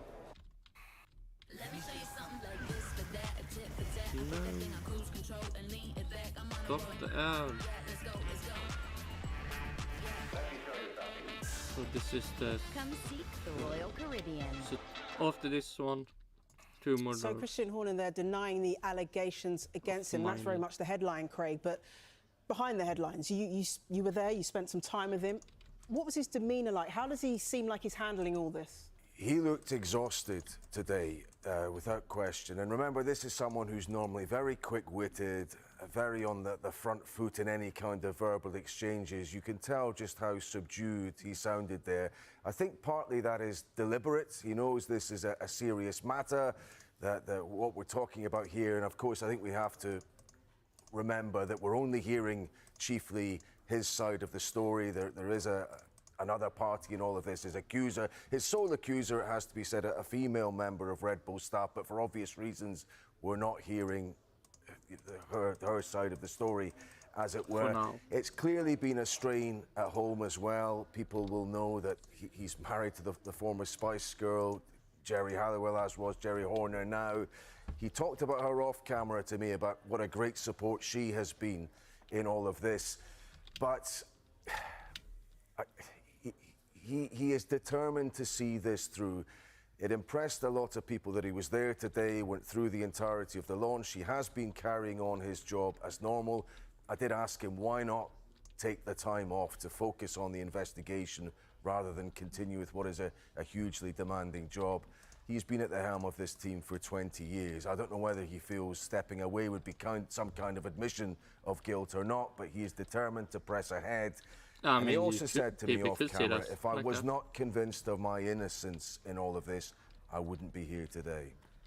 Okay, interesting. You questioned him on a couple of different riffs within Red Bull at the moment. He was adamant that the team are together, where did this heading talking point into come from? the opening round of racing later this month. Do you think that they are?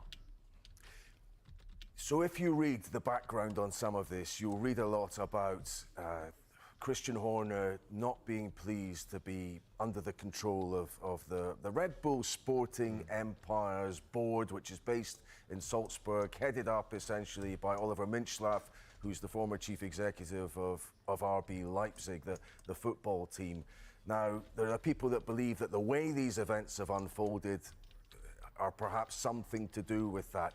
Possibly as well to do with a perceived rift between Horner and the Verstappens, and has that, if it has come about, anything to do with problems between Christian Horner and Helmut Marko, who famously runs the Red Bull driver program and has a kind of almost overlapping role, it seems, with Christian Horner within that Red Bull racing team. What does this everything come sometimes from? Not quite clear who is steering the ship. I mean, Christian Horner is on an operational sense. Sometimes it seems Helmut Marko is on a strategic sense. Now, the Verstappens are extremely close to Helmut Marko. You see Jos Verstappen leaving the circuit almost every day with Dr. Helmut Marko. There have been reports that they had taken against Christian Horner because of a perceived idea that maybe Horner didn't want Marko such a prominent part of the Red Bull picture.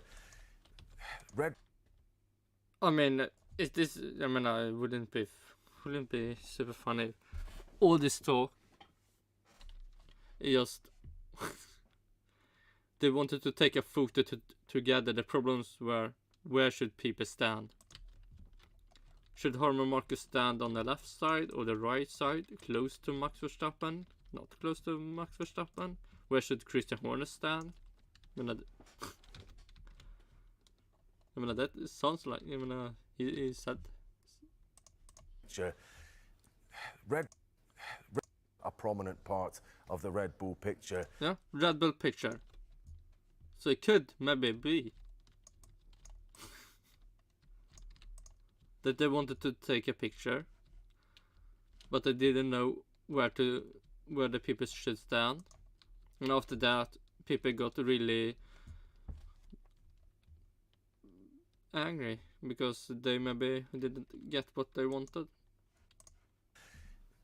Red Bull's a complicated company. The actual majority shareholders, and Christian Horner talks in that interview about the support of the shareholders, and he said it rather more emphatically as well, that he said that he'd been overwhelmed with the support of people within the business, of our partners, and within the industry, that it had been overwhelming. There are Thai majority shareholders here. Now they, as I understand it, are keen to keep Christian Horner in his position, and I've been told that it was they who sourced the independent barrister to undertake this investigation. But now that we're at the stage of an independent investigation, these power politics behind the scenes will not have a bearing on what happens with regard to Horner's position. It will be the findings and how the case is judged ultimately, which will decide what happens with his future. In terms of Max Verstappen today, you heard Horner saying we get on fine. I was stopped from asking Max by his own management about his relationship with Horner and whether this episode was any kind of distraction with the team. I don't know why they did that. It wasn't really necessary. Yeah, you don't know why. Why did Sky Sports not get to talk to Max Verstappen? Who knows? It must be something. Christian Horner and Team Max Verstappen, they are covering up a huge legal lawsuit that will happen soon. It's like, man, you can't imagine how horrible the stuff turned out to be. Later on, they seem to have calmed down their position on that, and Max. Or it was nothing from the beginning. It was just a photo they wanted to take. Helmut Marko wanted to stand near Max Verstappen. Christian Horner didn't want that. His father wanted to stand near him also. Man, it's like...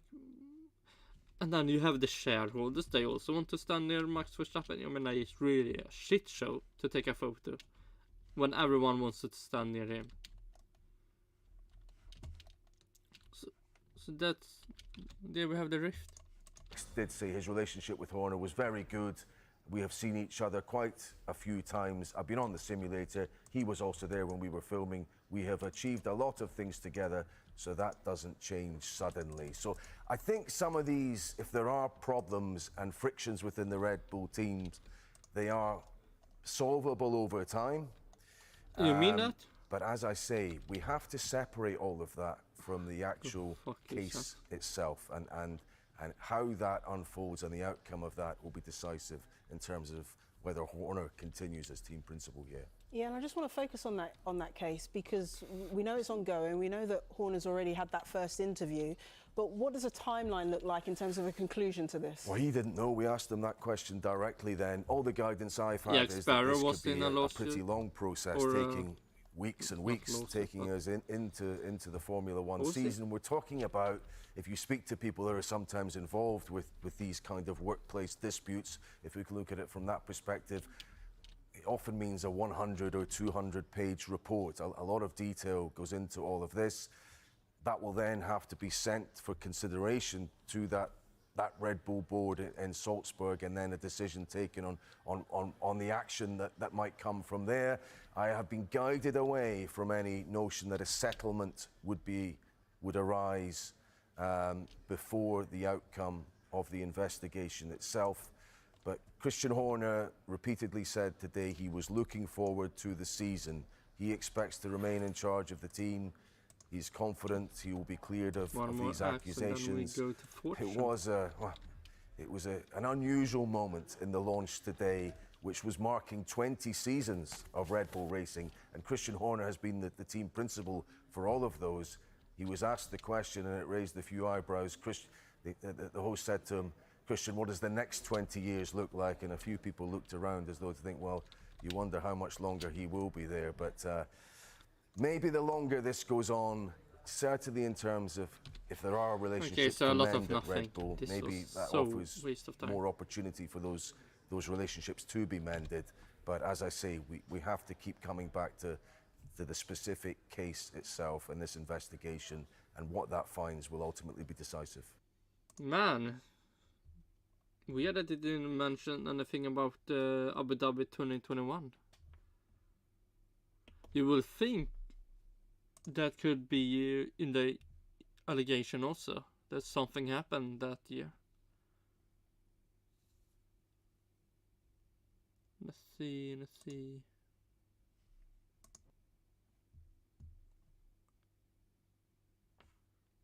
Oh shit, do we have...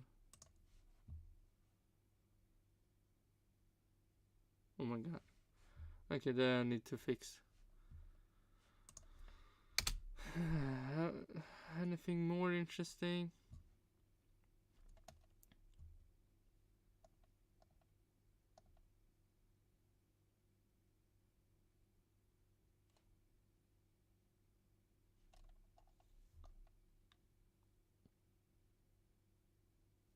Oh, yeah, there's something that we can maybe watch.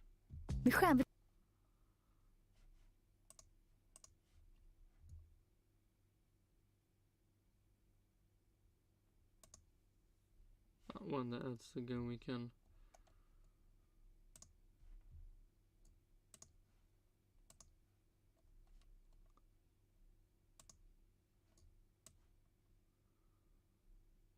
At that one. No, I already had. Oh, god damn it.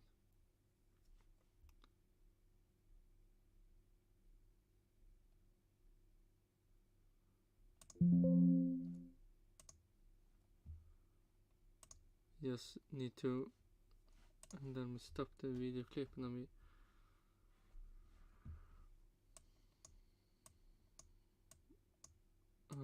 let's see, gameplay. We should have.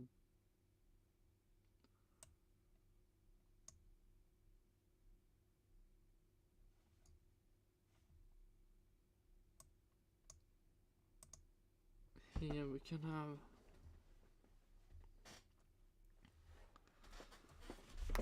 Oh shit. Let's see, where do we have?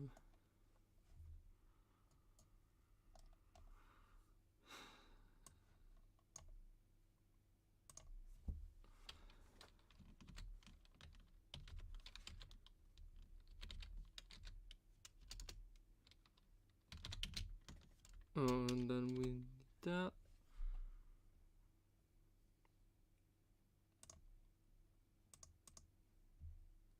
And this is that.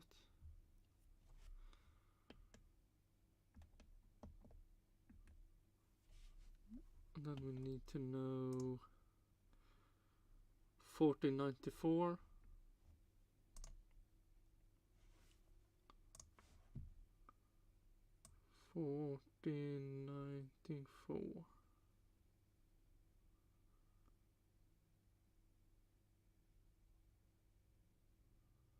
Wait, what?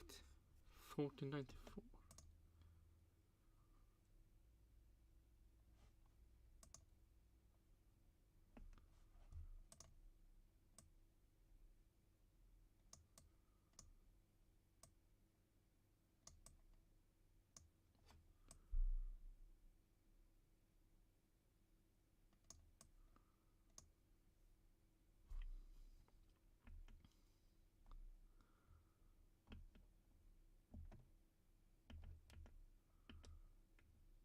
Okay, that's done. Let's see. Here we have. Oh, what's his name? I don't know. Photography Formula 1 2024 F1 livery rank. Let's see what he. Oh, wait. We could see paint.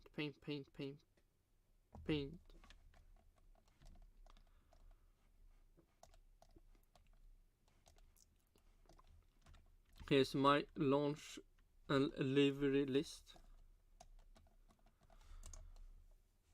Oh shit, sound we need.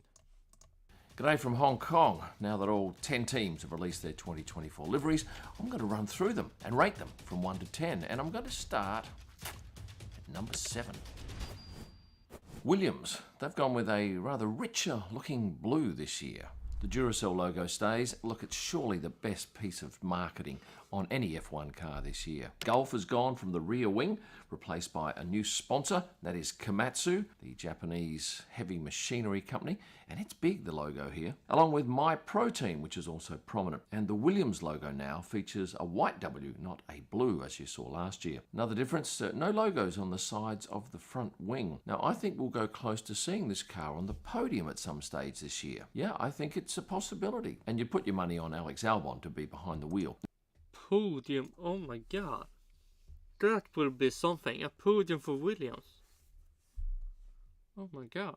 Now up front, I'm looking at this from a photographer's point of view and probably differ from your point of view as a fan. As such, my list will be different to yours, so please don't go getting all sad on me and threatening to unsubscribe because I don't put your favourite car in the position that you have them, because there are something like 3.6 million different variations you can get rating these cars from 1 to 10. At number 6, I've gone with the Red Bull. Now, Max Verstappen alluded to the fact that this year you would see very little change in the car, and he was spot on. They were the last team to launch, although pics of the car at Silverstone testing were leaked a couple of days prior, confirming what Max said. Yes, there were a couple of logo movements, but it's still largely the same livery we've seen in the past few years. And I guess, why would you change something that is so iconic? Expect to see plenty of this car in your television coverage this year. Oh, maybe when the Red Bull started being bad, they maybe changed up some stuff. Because of course, Max is red-hot favourite to win the championship. And was it a surprise to see Christian Horner pop up at the launch? Yeah, I thought so. I thought the investigation into his alleged inappropriate behaviour might have been finished by now, but... I mean, like... Yeah, like, please, what did he do? Please. Clearly it's ongoing, and maybe by the time you watch it, it has been decided. But at this juncture, yes, he was there, and it was business as usual for the Red Bull team. Next up, number 8. I've put Alpine in here. Unlike the other teams, they are the... Alpine, where do we have Alpine? Yeah, lame. Only team to have 2 liveries. Gone is the blue from the nose of last year's car, replaced by black carbon fibre. There is some blue and pink striping on the edge, which I think adds a nice touch. Also gone are the 3 stripes on the nose. They were the colours of the French flag. This livery will be used at 16 of the 24 races this year. And what will be used for the other 8? This design. Now, some of you say you don't like the bold pink. Yeah, it is. It's out there, isn't it? And from a photographic point of view, it's okay to shoot. Certainly better than those dark cars, which, and there are a number of them this year, with carbon fibre. I think it's a small improvement on last year's car, but I think there are other teams that have done better. So I've left it here at number 8. There were lots of comments on my Insta posts about the cars that had lots of carbon fibre visible, and I understand why they do it. Obviously because the lighter the car, the faster it goes. But certainly the public has not taken to lots of carbon fibre. At number 5... So for Williams 7, I have Williams 5. Alpine is 2 away also. Red Bull 6, that's 3 away. Really, Mercedes? I've selected the Mercedes, the W15. W standing for Wagen, the German word for car. Now, last year's car I thought was dull because of the fact that it was just predominantly... I mean, that looked so much better. ...black, and at night, not that great to photograph. And during the day, much like Aston Martin, it was a little better. But this year, they've gone with a silver nose. I like the touch. And did you notice the numbers have changed this year? Last year, we had 44 for Lewis in the fluoro yellow, and we had George's 63 in fluoro green. But this year, they've reverted to black numbers with a white outline. If we get a handful of these dark cars in a bunch together, it's going to be very difficult for you as a spectator to work out what's going on, and for me to photograph, because of course I'm looking at a much smaller screen than you are when I shoot. At number 9, I've gone with the Haas. Now, their launch was pretty basic, just posting some digital renders of the 2024 car. But Luke Mitten sent me... wait.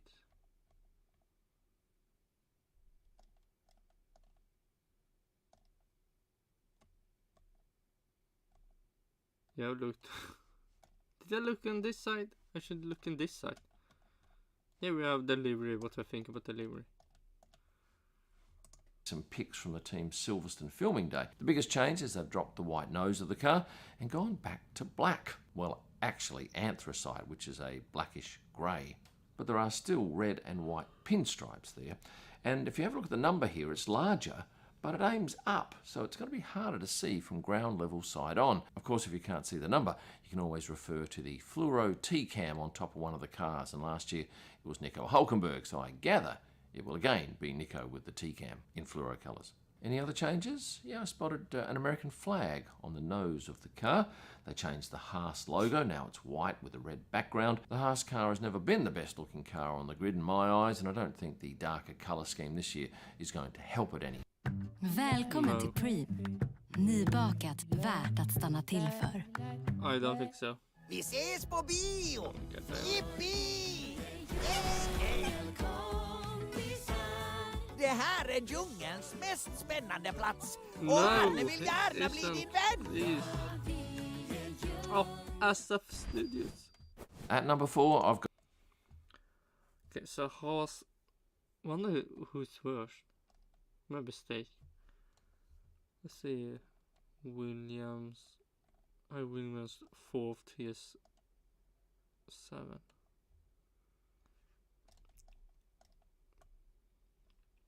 Mclaren at 4th, and I have it at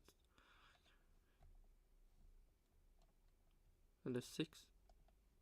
Yes, 6th. Gone with McLaren. It's pretty much the same car as last year, except they've got rid of the blue. I didn't mind the blue, but I don't think it's lost anything by not having it. I tend to rate this car in my top 5 all the time because the papaya just photographs so beautifully. And they got the jump on every other team by launching early without any notification. And then they had another launch towards the end of the 2-week window that the teams typically launch. I think we're going to see plenty of this car running at the front of the field in the 24 races that we are going to endure this year. And my number 10 car is the Aston Martin. The AMR 24 is pretty much identical to last year's car, slight colour variation with a few logo changes. It's a shocker to photograph in poor light, just a dull blob really, but in bright light it's okay. But it is going to be hard to distinguish between the many other dark coloured cars this year if the light is dull. And did you see the Boss logo? I always thought the label was Hugo Boss, but that's the parent company, and sitting just under the entity are 2 separate labels. Boss, which is aimed at, well, Aston Martin type owners, and Hugo, and I'll get to them a little later in this video. But remember, even my number 10 car is a work of art. These teams have huge budgets to play with, so they're not going to turn out something shabby. But there is such hot competition amongst these 10 mega teams that one livery just has to be last in everyone's eyes, and for me, it's the Aston Martin. Why? And number 3, I've gone... He said why, because it's the dark color, but why? The Alpha... No, it's not the AlphaTauri, it's the Racing Bulls. Well, is it? It's Visa Cash App RB. Is it the Visa Cash App? Is it the Visa Cash App Racing Bulls? Is it just old AlphaTauri? Anyway, I love the colours. They've gone back to the old... Oh man, you should have said the Toro Rosso. Old Toro Rosso look. Bright blue, replacing the white nose from last year. The Visa logo pops, it's in shiny silver. And the front wing is now white with this monstrous Hugo logo. And as I mentioned before, Boss is one arm of Hugo Boss, and that aims at perhaps a much higher socio-economic group, where the Hugo logo is more street smart and aimed at a younger fan base, one that might be following the Visa Cash App Red Bulls, Racing Bulls. And that just leaves 2 cars, my top 2. So perhaps I'll go with number... So Ferrari and... Stay. Really? Number 1. Ferrari. You just can't beat the red. This year we've got yellow outlines for the numbers on the car and plenty of yellow on the race suits. Did you see the halo has gone from black last year to red this year? I like that touch. But the biggest plus for me are the wheel covers. We've got some colour on them. This year the team's ditched the black on the race suits and gone with yellow outlines. If I was Shell, I'd be pretty happy because it seems to reinforce that Shell yellow logo. And did you notice this? I love the elongated flags under their names and numbers. I've not seen that on other suits before, and it's also on the suits of their reserve drivers. I like the white cuffs on the suits, and on the back we get the driver's surname large. But I was somewhat miffed when I got the link to the images provided by Ferrari that this image made it into the list. I'm not sure that's the best picture of Charles, or for that matter, Carlos. Your thoughts? And that just leaves one team left in my list of 10, the Kick Sauber Stake F1 old Alfa Romeo team in second position. And Why? Thank God we don't have that awful Alfa Romeo burgundy back. It looked ordinary through my lens last year, I thought, but this year, my gosh, we've gone absolutely crazy with fluoro green. Some of you saying it looks like a car from a video game. Well, it may well. Yeah, it is. GTA 5. Just need some neon lights under the car. Do, but I think through my lens, it's going to look spectacular on track. It will pop. But I'm still not Until you start to take a photo and realize, oh shit, it's still bad. sure what to call the team though. I guess though, as we get into the season, we will work that out. And the race suits, well, this really stands out. The number and their name running down the leg of each suit. There's no doubting which driver you see walking around the paddock in that kit. Now, before I leave you, this is my 2024 calendar.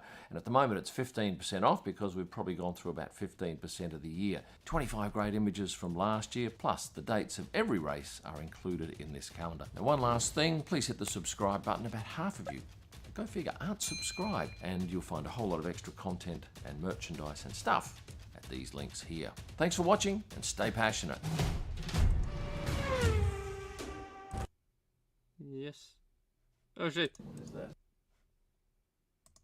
Like, we need to have the last stuff. Hell, that's loud. What is that plane? Bloody boat. Oh, planes. Oh shit. We click that.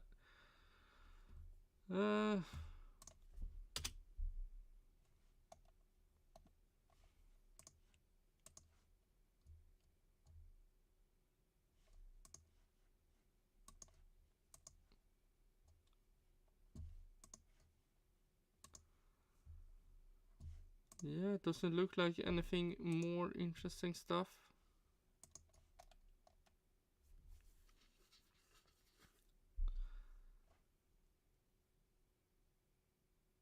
I mean,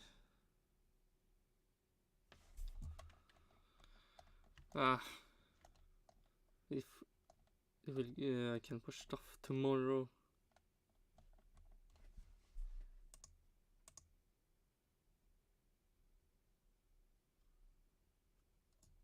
Let's see.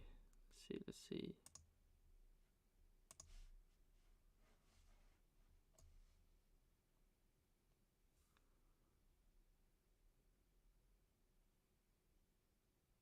2 hours. Yeah, we can stop.